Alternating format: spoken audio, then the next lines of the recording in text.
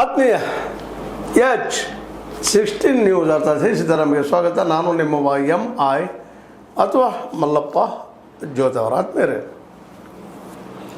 ಬಿಡದಿ ವಿಷಯದಲ್ಲಿ ಸಾಕಷ್ಟು ತಿಕ್ಕಾಟ ದೇವೇಗೌಡರು ವರ್ಸಸ್ ನಮ್ಮ ಡಿ ಕೆ ಶಿ ಅವರ ನಡೆದ ಕುಮಾರಸ್ವಾಮಿಗಳು ಸಹ ಅದರಲ್ಲಿದ್ದಾರೆ.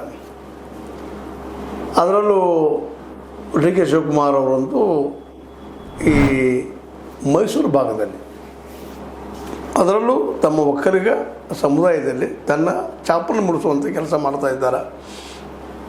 ನಂತರ ಸುಲಭವಾಗಿ ತಮ್ಮ ಒಂದು ಹಿಡಿತವನ್ನು ಬಿಟ್ಟುಕೊಡುವ ಸ್ಥಿತಿಯೊಳಗೆ ಅವರಿಗಿಲ್ಲ.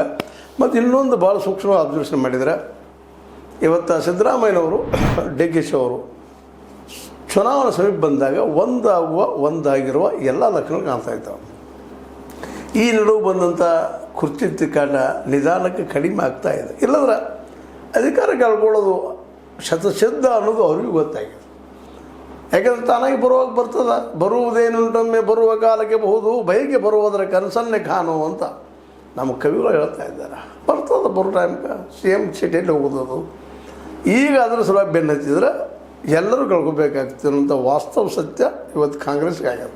ಸ್ವತಂತ್ರವಾದ ಮೀಡಿಯಾಗೆ ಬೇಕಾಗಿರುವುದು ಸ್ವತಂತ್ರ ಧ್ವನಿ. ಆ ಸ್ವತಂತ್ರ ಧ್ವನಿ ಉಳಿಸಲು ನೀವು ಮಾಡಬೇಕಾದದ್ದು ಇಷ್ಟೇ. ಅದೇನಪ್ಪಾ ಅಂತಂತಂದ್ರೆ, ನಿಮ್ಮ ಕೈಲಾದಷ್ಟು ಸಹಾಯ ಈ ಚಾನಲ್ಗೆ ಮಾಡಿ ಹಾಗೂ ನಿಮ್ಮ ಧ್ವನಿಯನ್ನು ಕಾಪಾಡಿಕೊಳ್ಳಿ.